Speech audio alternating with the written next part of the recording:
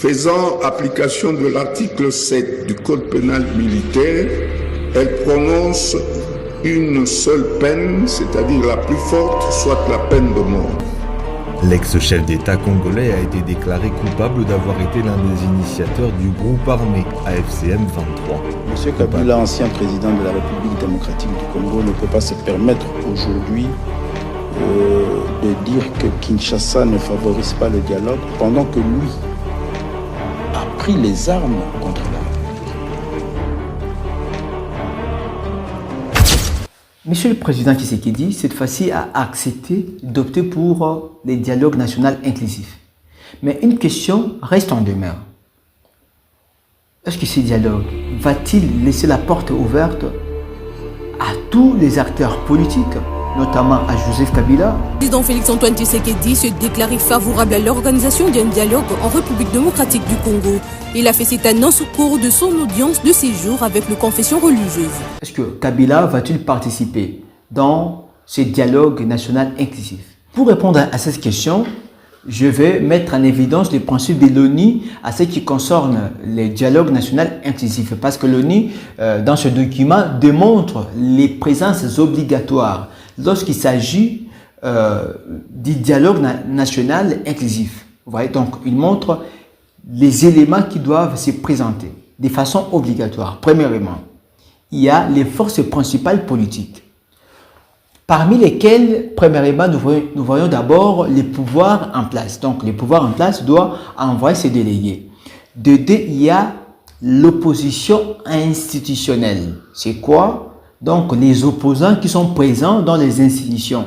Les groupes d'opposition, plutôt les groupes d'opposants qui sont présents dans les instances politiques étatiques. Ouais, donc, par exemple, les députés de l'opposition, donc ils s'opposent au régime en place, mais étant dans les institutions, étant dans les parlements. Ouais, là, on parle de l'opposition institutionnelle. Donc, de façon obligatoire, cette opposition doit être présente lorsqu'il s'agit d'un dialogue national inclusif. Après cela, il y a la troisième force qui doit se présenter dans la force politique, c'est l'opposition non institutionnelle. Mais celle-ci, au cas où elle présente une grande partie de la population. Ça. Donc, ce n'est pas seulement parce que c'est une partie de l'opposition non institutionnelle, donc elle doit du coup se présenter aux tables des négociations. Ce n'est pas le cas. Il faut que ce parti politique présente une partie quand même importante de la population.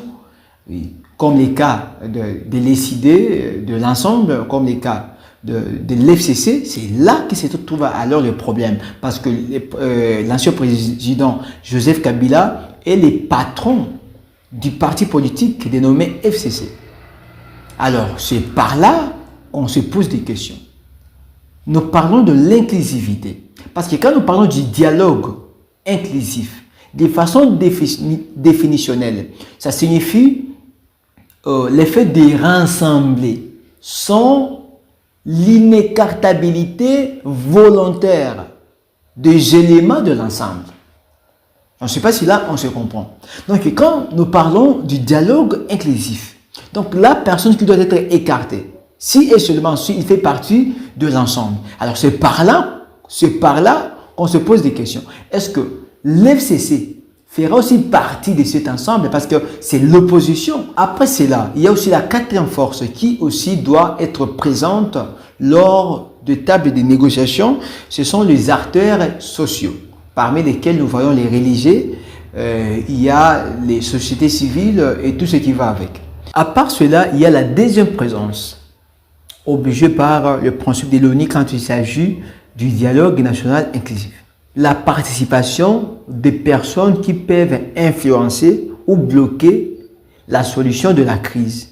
Ouais, parce qu'il y a des personnes influentes quand il s'agit d'une crise et dont l'absence peut faire en sorte que les conclusions prises dans les dialogues ne soient pas légitimes ou bien ne soient pas palliatives quant au problème que traverse le pays.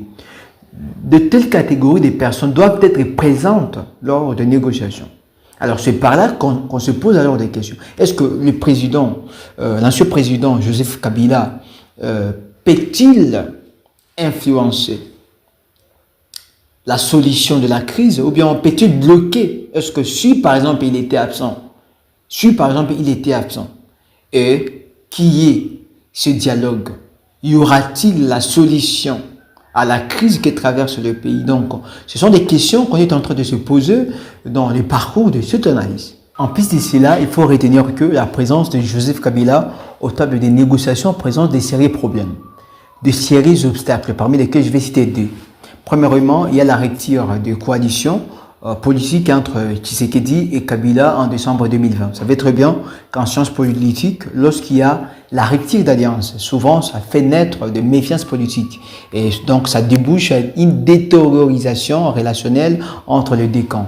C'est la situation actuelle de Joseph Kabila et le président actuel Tshisekedi. Le deuxième obstacle qui à mon égard est vraiment sérieux, c'est le fait que Joseph Kabila, l'ancien président, est l'objet des graves accusations portées par la JMC, donc la justice militaire congolaise. Premièrement, il est accusé d'avoir participé à un mouvement insurrectionnel. De deux, il est accusé de la haute trahison. Trois, de crimes contre l'humanité et des crimes de guerre. Vous voyez? Alors, si par exemple, il participait au table des négociations avec ces accusations-là, on se retrouvera dans une incohérence entre les pouvoirs politiques en place et la justice congolaise. Alors, cela fera en sorte qu'il n'y ait plus de la cohérence entre les dirigeants et la justice. C'est ça le problème. Donc, ce qui nous amène sur l'idée selon laquelle, pour que le président, l'ancien président Joseph Kabila puisse participer aux tables des négociations, il faudrait d'abord qu'il y ait une mesure qui plaidera en sa faveur, qui au moins fera en sorte que les décisions prises par la justice militaire congolaise ne soient plus prises en compte.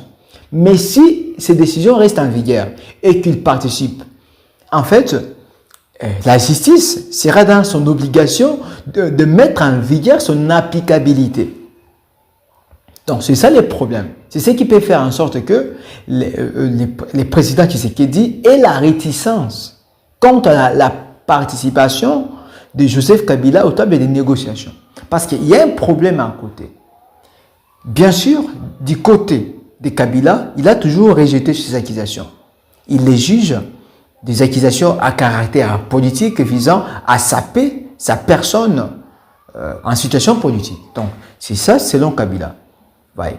Alors, le ministère public parle aussi autre chose. Alors, pour que Kabila participe, il faudra qu'il y ait une mesure qui sera mise en vigueur pour permettre à la justice de ne pas se contredire avec les pouvoirs politiques en place. Donc, actuellement, le président se retrouve dans une situation où des besoins deviennent essentiels. Premièrement, il y a le fait de rendre les dialogues inclusifs. C'est par là que la présence de tous les grands acteurs politiques devient vraiment essentielle. Et de l'autre côté, il y a aussi les besoins de l'applicabilité de la justice congolaise pour qu'il n'y ait pas l'incohérence entre les pouvoirs en place et la justice militaire congolaise.